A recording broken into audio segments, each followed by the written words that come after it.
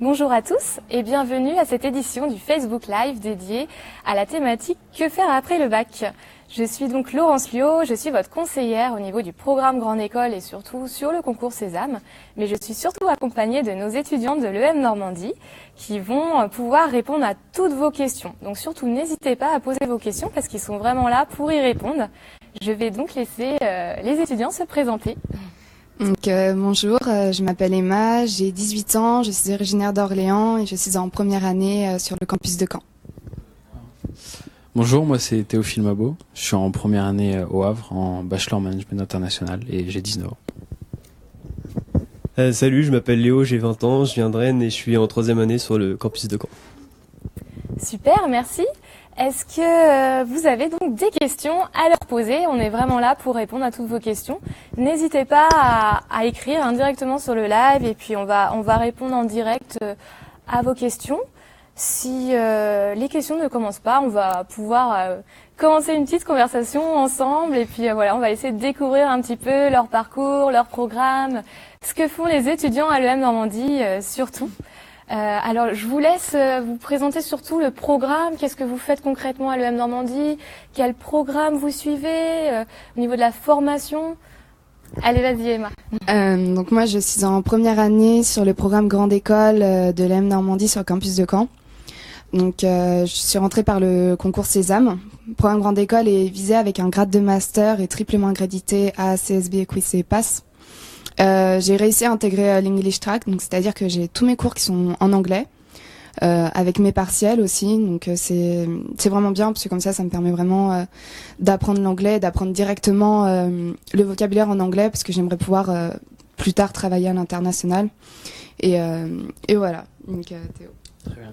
Donc moi, comme j'ai déjà dit, je suis au Havre. Donc je suis rentré au campus du Havre par le concours Bachelor, qui est un programme sur 3 ans, Bachelor Management International. Important de préciser. Et c'était le concours, du coup, que tu as passé pour intégrer le Bachelor. C'était le concours A+3, c'est ça? Oui, c'est celui-là, le concours A+3.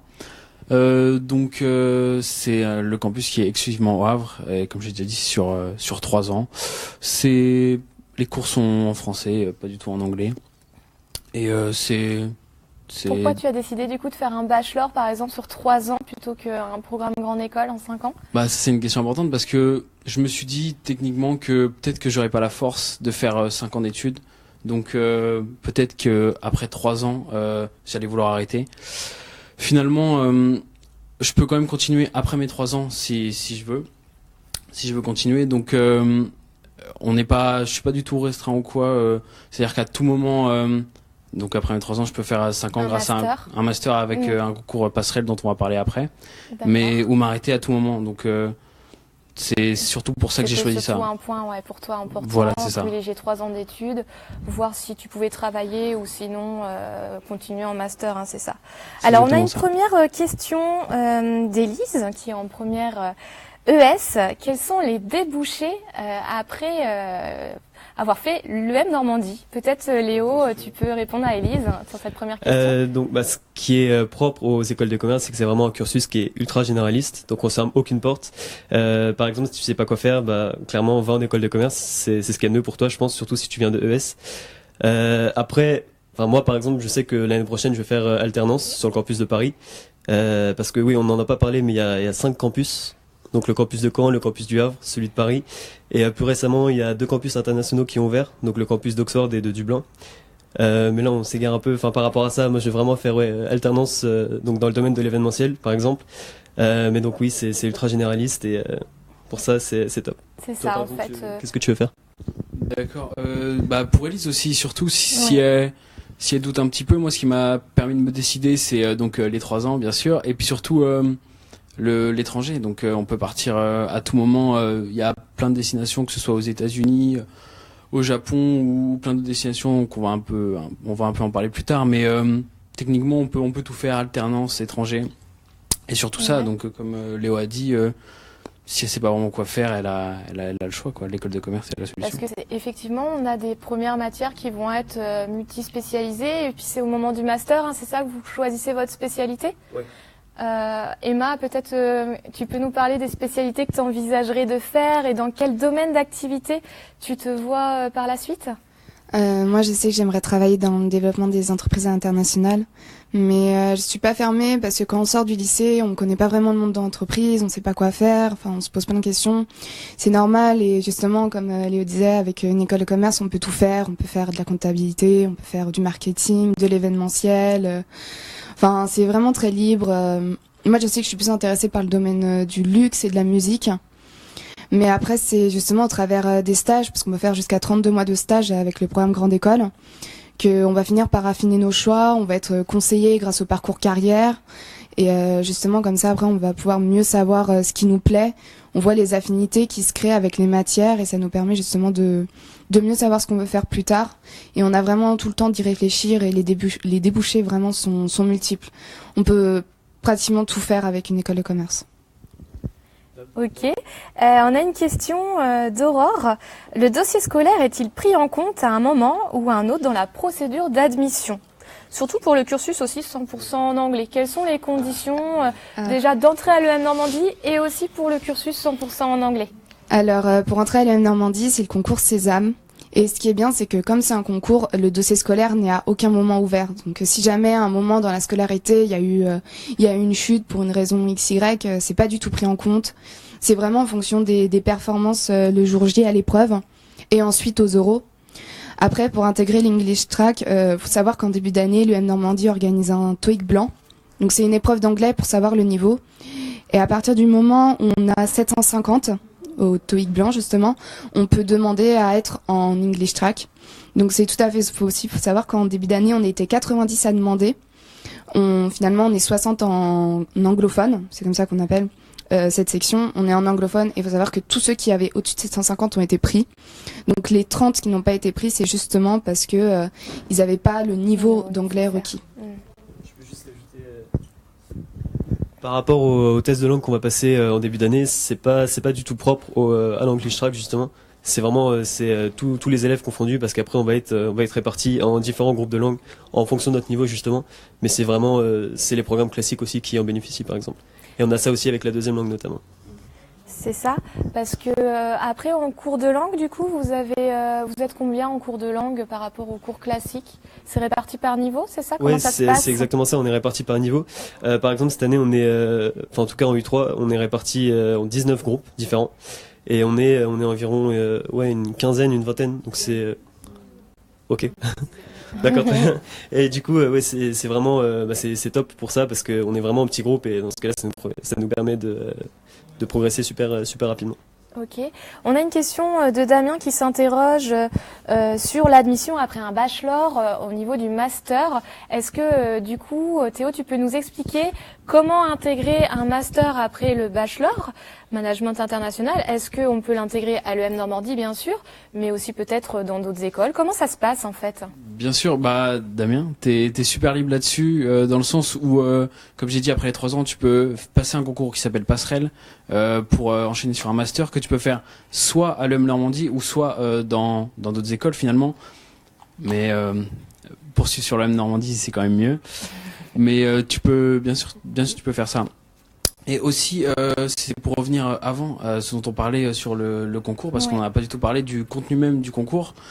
Et même des notes. Est-ce que le dossier compte ou quoi ? Je sais que personnellement, mon dossier n'était pas très très fou dans le sens où j'ai pas fait n'importe quoi, mais bon. Donc tout ça pour dire que ce qui compte, c'est vraiment le concours en lui-même. Les notes du passé portent pas du tout préjudice. Donc il y aura du français, des maths, de l'anglais, ainsi qu'un entretien oral avec. Pour ma part, c'était 3 professionnels d'entreprise qui vont nous demander notre vision de l'entreprise.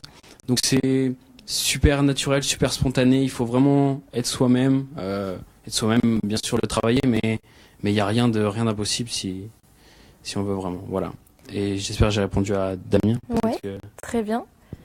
Est-ce que tu veux compléter, Emma, du coup ? Ouais, parce que tout ça, c'est pour en fait le concours à tout+3, donc c'est pour intégrer le bachelor. Sésame, c'est un peu différent. Faut savoir qu'on commence d'abord par un écrit. Au résultat, on a une synthèse à faire en 3 heures. Ensuite, on a du raisonnement avec de la logique générale, verbale et numérique. Et ensuite, des tests d'anglais, anglais et LV2. Et ensuite, après, si on réussit l'écrit, on passe aux oraux qui sont particuliers à chaque école. Parce que Sésame, c'est un concours pour l'EM Normandie, mais aussi pour d'autres écoles. C'est pas spécifique à l'EM Normandie. Donc, pour les oraux, à l'EM Normandie, il y aura un anglais de langue. Un anglais de langue. Un oral de langue. Oui. Voilà. Et aussi un oral de motivation. Donc, il faudra remplir un petit dossier avec un CV pour qu'on sache quelles questions poser. Ok, on a une question de Margot. J'ai vu qu'il était possible d'aller à Oxford en 2e et en 3e année. Quel concours d'intégration en 3e année et quelles sont les possibilités donc d'accéder à ces campus? Comment ça se passe sur l'accès des campus étrangers, Oxford ou le campus de Dublin aussi? Est-ce que Léo, tu peux répondre à la question de Margot? Oui, salut Margot. Déjà pour aller sur le campus d'Oxford, en fait, il faut juste avoir 750 au TOEIC ou plus. Donc à toi de travailler l'anglais et justement, enfin t'en fais pas, tu vas être prise en charge à l'EM Normandie par les professeurs de langue. T'auras vraiment un vrai encadrement pour progresser rapidement. Et après donc il y a un nouveau campus donc à Dublin cette année qui a été ouvert. Et ce campus il est particulier parce que justement c'est un campus de remise à niveau en langue justement et il est disponible seulement à ceux qui ont moins de 750 en anglais. D'accord. À savoir pour ceux qui sont peut-être pas très bons en langue ou qui se débrouillent pas très bien, dans le sens où dans l'année il y a beaucoup en plus du TOEIC blanc en bachelor, c'est exactement la même chose, il y a un TOEIC blanc dès le premier jour. Chaque semaine, chaque mercredi, on a des préparations au TOEIC qui sont organisées en plus des cours d'anglais, donc tout est vraiment fait pour qu'on atteigne la barre des 750, parce que 750 c'est ce qu'il faut et c'est ce qui permet de tout atteindre. Il faut aussi faire attention avec le niveau lycée. Je sais que certains professeurs de lycée parlent du niveau, peut-être, il me semble que c'est B2, si je ne m'abuse. Ça a absolument rien à voir avec le niveau TOEIC. Le niveau TOEIC, c'est beaucoup plus haut quand même. Donc certains qui sont peut-être niveau B2 vont être découragés en voyant leurs résultats au TOEIC, mais il faut pas lâcher. Tout est pris en charge pour. Oui, on est bien accompagné du coup pour progresser rapidement. Oui, c'est ça. Ouais. Donc il n'y a pas de souci là-dessus. Pour compléter du coup la question de Margot, on a effectivement le campus d'Oxford et de Dublin. Mais on a surtout les expatriations universitaires qui arrivent tout au long du parcours. Est-ce que, du coup, Léo, tu peux nous en parler, par exemple? Ouais. Par exemple, on peut pour les expats, en fait, on part en 2e année. Ouais. Et en 4e année, si on choisit de pas faire le parcours alternance et de faire le parcours classique. Moi, pour ma part, je suis parti à Berlin en 2e année, donc c'était vraiment une superbe expérience. C'était un peu difficile au début parce que voilà, on part vraiment en autonomie, loin de sa famille, donc ça peut faire un peu peur au début. Après, faut savoir qu'on se fait des potes très rapidement parce qu'on est vraiment entre promo internationales. Et donc on sort, on fait un tas d'activités avec eux. Et il y a beaucoup de soirées qui sont organisées, donc ça crée des liens forcément. Et en tout cas, Berlin, c'était une super ville et je la conseille vraiment. Beaucoup de choses à visiter, c'est super riche culturellement. Et au niveau des choix, alors, vous avez combien de possibilités au niveau de l'expatriation? Comment ça se passe? Moi, pour ma part, j'en avais 5. Après, je sais pas si ça a évolué pour les Au niveau pour les des universités partenaires, comment? Ah, pardon. Oui. Donc on a 214 universités partenaires, donc on a vraiment le choix. On peut partir partout dans le monde, sur les 5 continents, et à vous de faire vos choix. D'accord. Et Emma, par exemple, tu veux partir où l'année prochaine? Moi, comme je fais LV3 japonais, j'aimerais partir au Japon. Mais en fait, on a 10 choix à faire pour nos universités. Donc, je vais aussi mettre... il y a Singapour qui a été... c'est un nouveau partenariat de cette année. Il y a aussi... je vais demander aussi Hong Kong, Taïwan, les États-Unis et résultat pour finir le campus d'Oxford. Oui, le campus d'Oxford, faut avoir 750. Par contre, la différence, c'est que l'expatriation, c'est un semestre, donc 6 mois. Le campus d'Oxford, ce sera sur 1 an. Et donc voilà, c'est la différence un peu entre les deux. Une question d'Hugo. Est-ce qu'il y a une année à l'étranger qui est obligatoire? Comment ça se passe? Quels sont les séjours et les périodes obligatoires dans le cursus, que ce soit dans le programme Grande École ou dans le Bachelor Management International? Est-ce que vous pouvez répondre à Hugo sur cette partie-là et jusqu'à combien de temps en fait on peut aller à l'étranger? Pour le programme Grande École, on peut passer jusqu'à 4 ans à l'étranger grâce au campus. Savoir que d'obligatoire, il y a 2 fois 6 mois, le premier semestre dans la 2e année et le 2e semestre de la 4e année. Après, ouais, sauf si jamais on fait une alternance où là, on n'a qu'un seul semestre obligatoire. D'accord. Sinon, après, on peut aller passer sa 3e, sa 4e année aussi sur les campus internationaux. Sa 3e et sa 5e année. 5e année, c'est en fonction des spécialisations. Donc voilà. Et sur le bachelor, du coup, Théo? Oui, le bachelor. Donc il y a là aussi rien d'obligatoire, sachant que personnellement, j'ai choisi le bachelor pour partir à l'étranger la deuxième année pendant 1 an. Sauf que c'est tout nouveau, ça vient de tomber. On peut aussi faire de l'alternance en deuxième année. Donc, si l'étranger ne te scie pas particulièrement, tu peux facilement faire de l'alternance, si tu veux directement rentrer dans le monde de l'entreprise. Et voilà. Et par rapport au TOEIC, donc la question de Margot, si on passe déjà le TOEIC au lycée, est-ce que on doit le repasser quand même à la rentrée? Est-ce que vous avez la réponse ou vous souhaitez Même si jamais tu as déjà passé le TOEIC au lycée, déjà le TOEIC blanc en début d'année c'est obligatoire, c'est pour savoir les groupes d'anglais. Donc c'est vraiment l'EM qui l'impose. Et après en janvier tu es obligé de repasser un TOEIC. Mais après voilà, en fait le TOEIC est valable 2 ans. Donc on peut se baser effectivement si on a déjà passé le TOEIC au lycée mais il y a moins de 2 ans, on peut, si on valide un 750 du coup au TOEIC, ça nous réserve notre place sur le parcours 100% en anglais. Mais dans tous les cas, effectivement, on va le repasser quand même en première année pour toujours évoluer son niveau, puisque forcément en cours on va progresser très vite. Oui, surtout que ce serait dommage de rester sur ton niveau lycée, sachant que tu vas t'améliorer et avoir un meilleur score, sachant que les places, il y a bien sûr des places limitées pour les expats, donc c'est par rapport aux notes et par rapport au score du TOEIC. Donc c'est dommage de pas repasser le TOEIC et de pas maximiser tes chances de partir là où tu veux en ayant un score maximum. Voilà. Une question de Sophie, que pensez-vous d'une admission en bachelor après un bac technologique hôtellerie? C'est pour moi. Donc j'ai jamais eu ça, mais je sais que en bachelor la première année on a des STMG, des ST 2D ou plein de choses comme ça. Donc je pense que vraiment tu peux largement le faire. C'est un concours qui est ouvert à tous les baccalauréats, que ça soit des bacs généraux ou technologiques. Donc effectivement, il est possible d'intégrer l'EM Normandie après un bac hôtellerie, tout à fait. Question également d'Élise. Est-ce qu'il est possible de passer par un DUT et d'intégrer directement la 3e année à l'EM Normandie? Et quels seraient les DUT les plus appropriés pour ce schéma-là?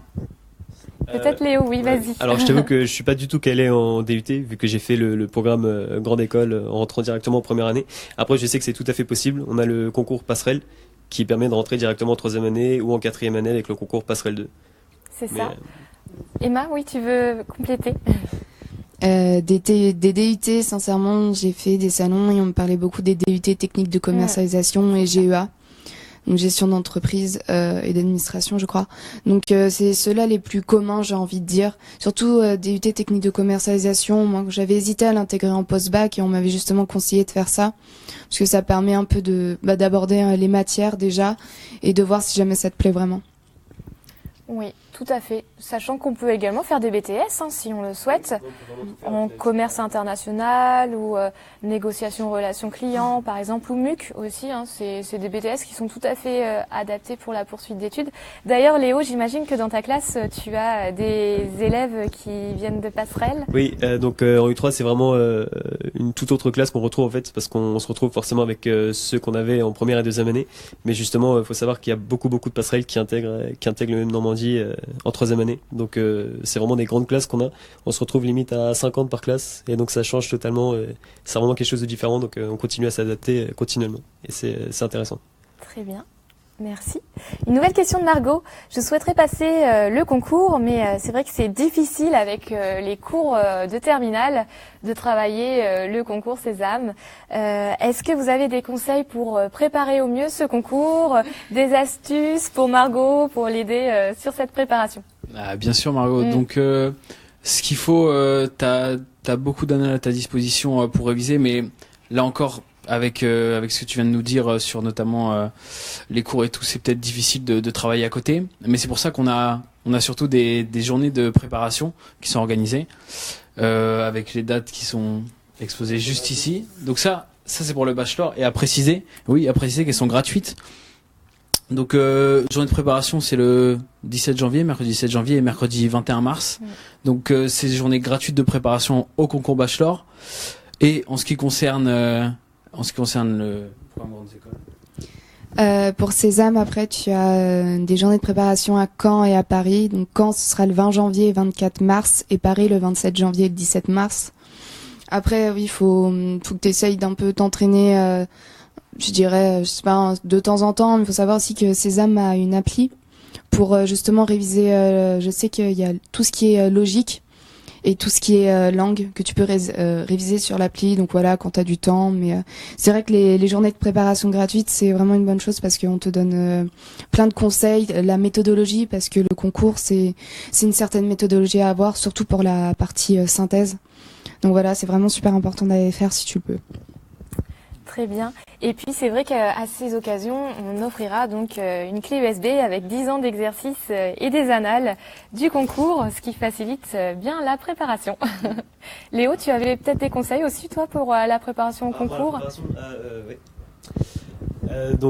Moi, quand je l'ai passé il y a 2 ans, j'avais pas fait de journée, de préparation gratuite. J'étais passé par une prépa de 1 semaine et j'avais combiné en fait les concours Access et Sésame. Et au final, du coup, ça m'a permis de bien me préparer. D'accord. Ok. On peut parler effectivement aussi de tout ce qui est stage à l'école. Est-ce que vous avez déjà fait des stages? Dans quel domaine vous voulez les faire? Et puis, quelles sont les possibilités pour vous, du coup, au niveau de la professionnalisation? Comment ça se passe à l'EM Normandie? Comme tu veux. Vas-y, commence. Donc moi, vu que je suis en U3, j'ai déjà fait plusieurs stages. J'ai commencé par un stage chez Leroy Merlin en première année. Ensuite, j'ai fait un stage chez Wicomobile à la sortie de mon expatriation à Berlin, puisque j'avais encore un peu de temps vu qu'on commençait les cours fin février. Donc j'avais encore 2 mois, donc je me suis dit vas-y, pourquoi pas faire un stage, c'est toujours ça de prix. Et après là cette année, donc c'était cet été d'ailleurs, je suis parti à Londres pour un stage chez Chicas. C'est une boîte c'est une petite start-up, c'est pas trop connu. Bref, non, là je m'égare un peu peut-être, mais en tout cas c'était une super expérience et voilà, faut faire un maximum de stages et puis l'UM est là de toute façon pour nous accompagner avec un nouvel outil qui s'appelle le parcours carrière. Donc c'est vraiment un outil spécialisé et propre à chaque étudiant. On est vraiment pris en charge par des intervenants qui sont super compétents. Donc ça va être des spécialistes en RH par exemple ou des coachs professionnels qui vont vraiment nous accompagner tout au long de l'année pour trouver une alternance et un stage. Ok. Théo, oui, tu veux peut-être pas grand-chose à rajouter, simplement que on n'est pas rendu à nous-mêmes, on n'est pas jeté comme ça dans l'océan, dans le sens où il y a, pour citer quelques chiffres, on a 5000 entreprises partenaires et 15 000 offres de stage, donc c'est jamais arrivé que quelqu'un n'ait pas de stage. Pour moi, pour ma part, j'ai jamais fait de stage, mais ça va se passer en fin d'année. C'est 6 semaines de stage. Donc, je me fais pas de soucis parce que c'est aussi ça en fait. Le Normandie, c'est surtout des réseaux et un suivi. Donc voilà. Emma, tu veux faire quel stage toi cette année?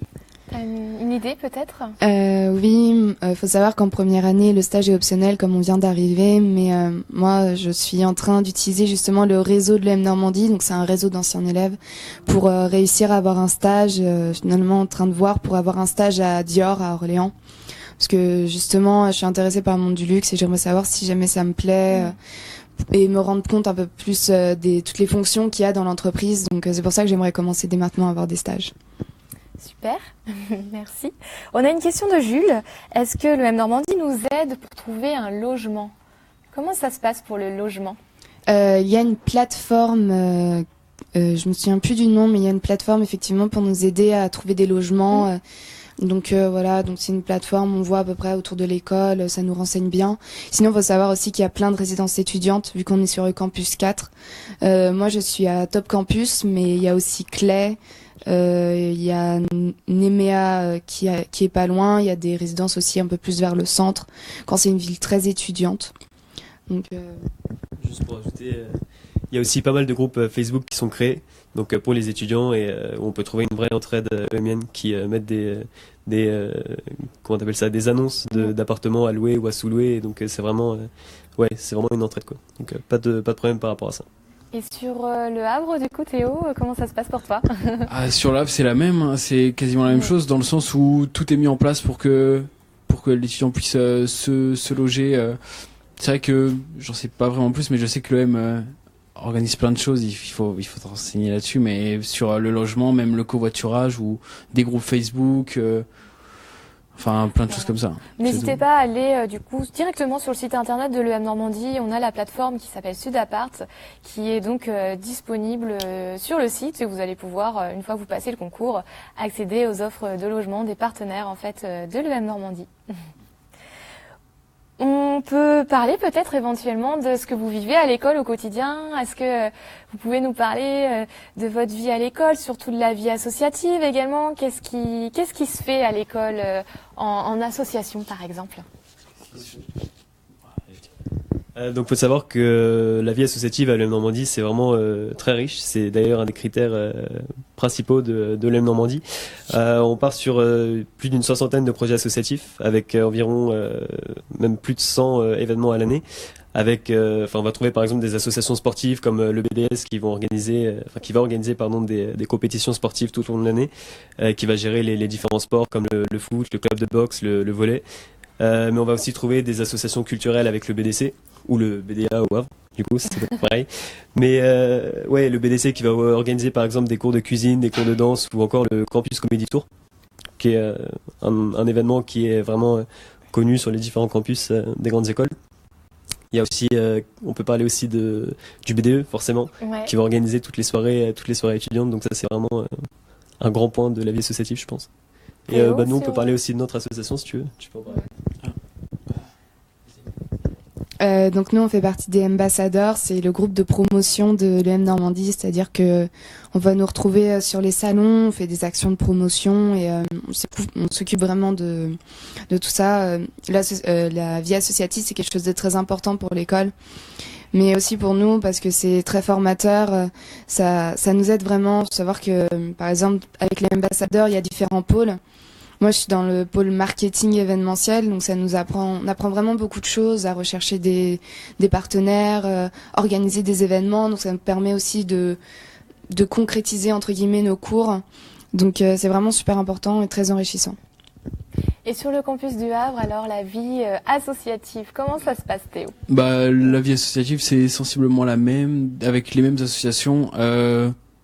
Techniquement, ces associations-là elles bougent beaucoup pour les élèves et s'investissent vachement. Même n'importe quel élève peut rentrer dans cette association s'il a la détermination ou quoi. Par exemple, il y a des journées qui sont organisées. Je sais que je pensais même pas que c'était possible dans l'EM. Pendant que je mange, je vois des lamas passer ou des choses comme ça. Enfin, c'est par exemple cette association-là, c'était pour il me semble pour la défense des lamas dans je ne sais quel pays, mais donc plein d'associations qui bougent et qui font un peu la vie du campus en ramenant des animaux un peu exotiques, qui même organisent des chamboules tout, plein d'activités comme ça.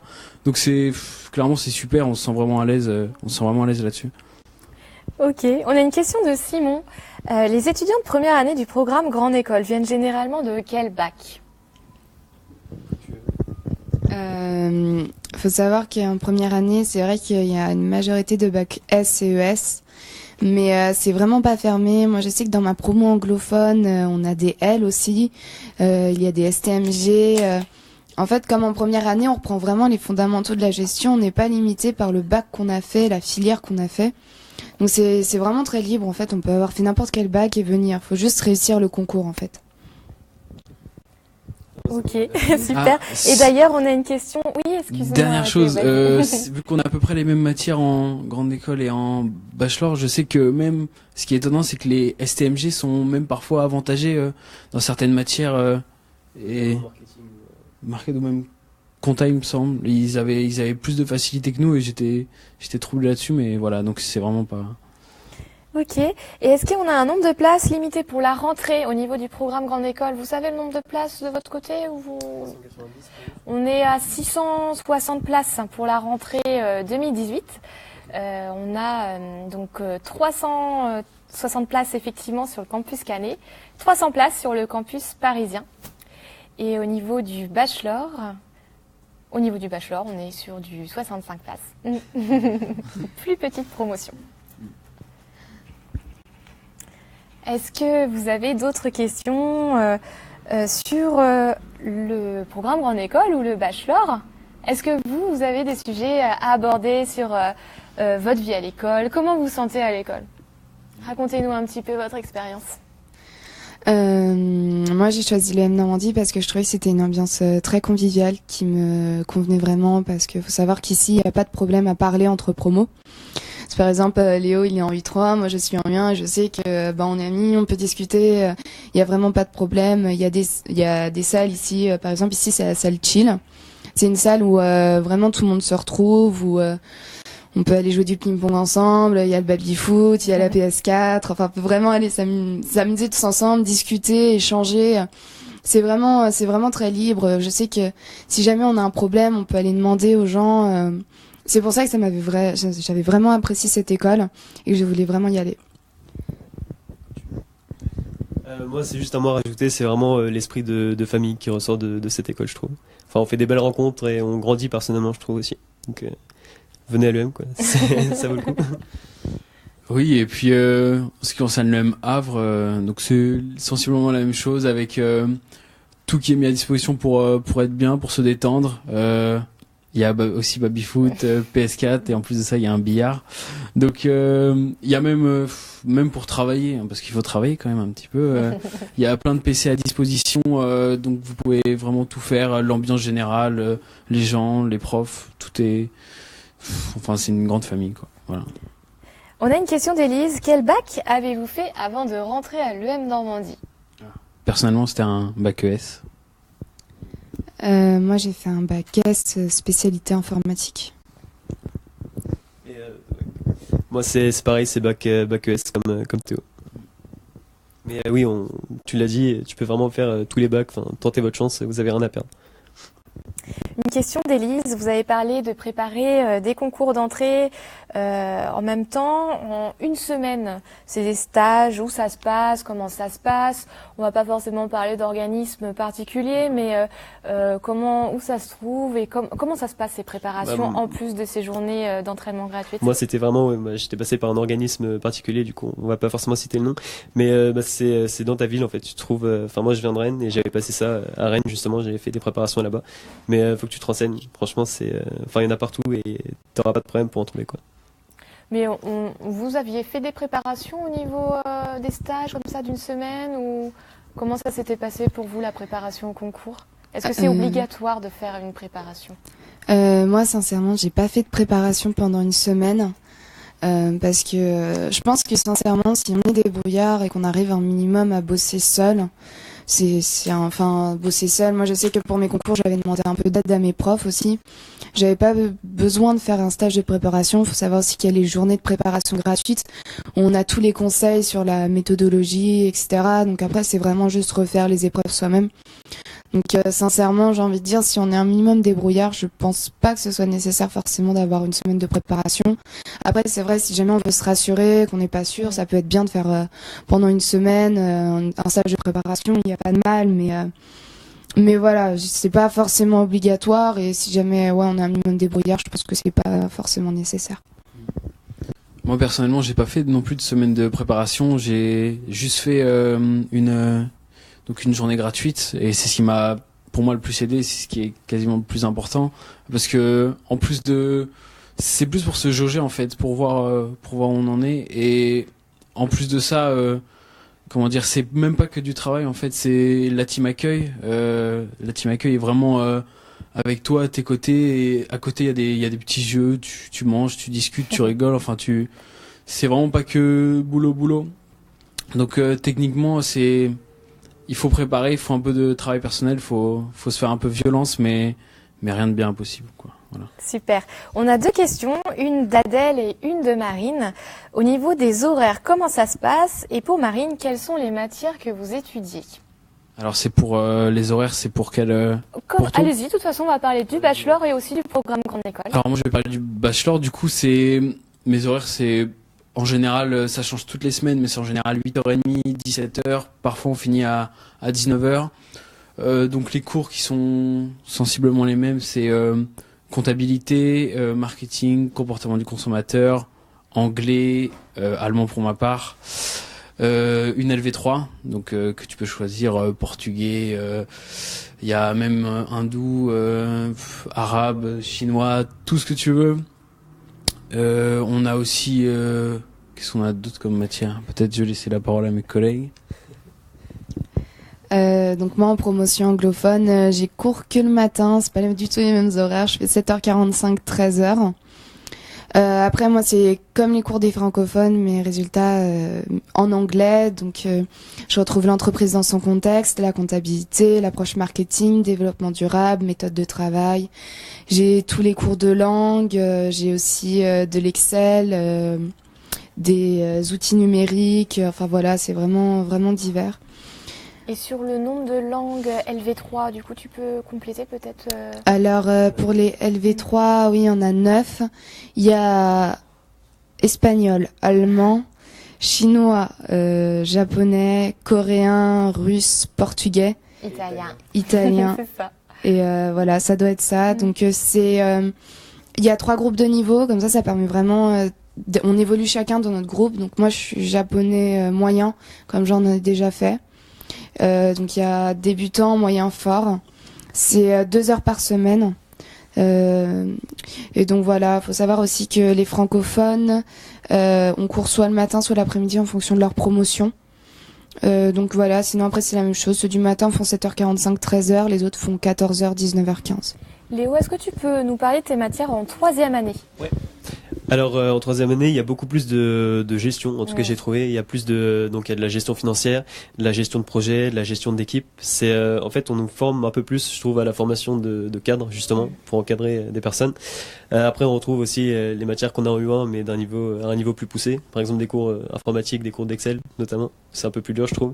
On a des cours de droit encore, des cours de conjoncture économique forcément. De la vente complexe, comportement du consommateur toujours, et notamment bien sûr des cours de langue qui sont encore très importants tout au long du cursus. Super, merci. Tu veux rajouter Oui, une dernière chose, on n'a pas du tout parlé, mais il y a beaucoup aussi de travaux de groupe. Oui. C'est super important. C'est super important parce qu'on apprend à travailler tout simplement en groupe et à aussi découvrir ses collègues. C'est aussi une super bonne chose. Dernière chose en ce qui concerne en tout cas le japonais, c'est 1h30 par semaine. Mais peut-être certains vont croire que la LV3 c'est un peu contraignant, c'est en trop, c'est du boulot en plus, mais c'est vraiment pas ça. Moi j'ai choisi parce que j'aimais la culture. C'est pas vraiment pour apprendre la langue parce qu'1h30 par semaine ça suffit pas spécialement, mais s'il y a une culture qui vous plaît, choisissez une LV3 parce que c'est pas contraignant et c'est pas du travail en plus vraiment. C'est plus ludique. Alors, on va faire un dernier appel. Est-ce que vous avez d'autres questions encore à poser à Emma, Théophile et Léo sur ce Facebook Live? Sinon, on va pouvoir s'arrêter là. Dans tous les cas, on aura un deuxième Facebook Live qui arrivera au cours de l'année, qui portera surtout sur la thématique du concours, comment préparer son concours, les épreuves du concours et surtout des conseils pratiques pour réussir notamment les oraux du concours Sésame, du concours aussi à tout plus 3. A priori, on a une dernière question qui va arriver. On vous attend. Voilà, Simon. Au niveau des coûts des études et du financement, est-ce que vous êtes au point sur cette thématique ou vous voulez que Léo? Ouais. Alors, pour ce qui est du coût, tout ce qui est undergraduate, donc première année, deuxième année, troisième année, ça va être 9600 €. Et à partir de M1, M2, ça va être 9900 €. Sauf si vous faites alternance, du coup, parce que faut savoir qu'avec l'alternance, le coût des études est pris en charge par l'entreprise. Et en plus, vous êtes rémunéré. Donc c'est vraiment intéressant, notamment pour ça déjà, l'alternance. Mais quoi qu'il en soit, ouais, donc le coût des études est assez élevé. Après, on part quand même sur un retour sur investissement. Faut se donner les moyens de réussir, justement. Et après, faut savoir que si vous avez plus de 14 de moyenne générale, vous pouvez obtenir une bourse, ce qu'on appelle une bourse au mérite. Voilà, si on est boursier, Donc, ouais. effectivement en parallèle. Et au niveau du bachelor, est-ce que tu connais les coûts de scolarité? Je voudrais pas m'avancer, ça doit tourner autour de 7000 € peut-être. 6500 € 6500 par an, €, voilà. Ensuite, oui, donc l'alternance, ce qui a pas été dit, c'est que c'est rémunéré à hauteur de Il me semble, non, Voilà, c'est ça dépend 70% des du SMIC ou 80. conventions Je sais qu'il y a deux des écoles. entreprises et puis aussi le contrat on pourra en parler par la suite. Mais effectivement, en règle générale, ça tourne aux alentours de 80% du SMIC. Voilà. Voilà, on est rémunéré en plus d'avoir le coût de la scolarité qui est pris en charge. C'est ça. On a une dernière question. Je voudrais juste rajouter, faut savoir que les bourses d'État marchent. Moi, je suis boursière à l'échelon 0 bis et c'est beaucoup plus simple d'avoir des bourses en études supérieures. Donc ça vaut vraiment le coup de regarder parce que j'étais pas boursière au lycée. Maintenant, j'ai une bourse et ça aide aussi pour la CAF au niveau du logement. On a des aides supplémentaires. On a une dernière question de Carole. Est-ce qu'il y a une spécialisation dans l'événementiel au niveau du master? Léo, peut-être, puisque c'est ton projet aussi, est-ce qu'on a une spécialisation? Bah, là, comme je vous l'ai déjà dit, je voudrais faire l'alternance. Donc, quand on fait l'alternance, on fait pas de spécialisation. Donc, on va se spécialiser avec le stage qu'on va faire. Mais oui, il y a effectivement une spécialisation dans l'événementiel. Ce sera sur le campus de Paris et ce sera une spécialisation 100% en anglais qu'on appelle International Events Management, un truc comme ça. C'est ça. Et donc, ouais, bah, c'est ça. Ok. Tout à fait. Est-ce que vous avez des éléments à communiquer aux internautes, des conseils pratiques ou voilà, un petit conseil à leur donner avant de quitter ce Facebook Live?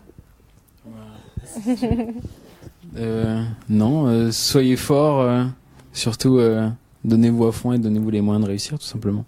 Voilà. Très bien. Une toute petite dernière question d'Adèle. Avant de terminer, est-ce qu'on a besoin d'envoyer une lettre de motivation pour le dossier? Pour le concours Sésame, quand on vient aux entretiens de motivation, il y a un dossier à remplir et un CV à faire. Mais ce sera juste voilà pour les moments des euros, c'est à apporter voilà avec c'est un petit dossier voilà pour que les examinateurs, donc ce sera un personnel de l'école et un personnel d'une entreprise puissent poser des questions à propos de ça et lancer une discussion. Super. Mais là encore, n'essayez pas de lâcher des termes trop compliqués ou qui vous correspondent tout simplement pas. Soyez spontané, c'est ce qui compte le plus. Vraiment, naturel, c'est vraiment ce qui compte le plus. Et de toute façon, ils vont bien le voir. Eh bien, merci à vous trois, en tout cas, d'avoir répondu aux questions des internautes. On va pouvoir s'arrêter là.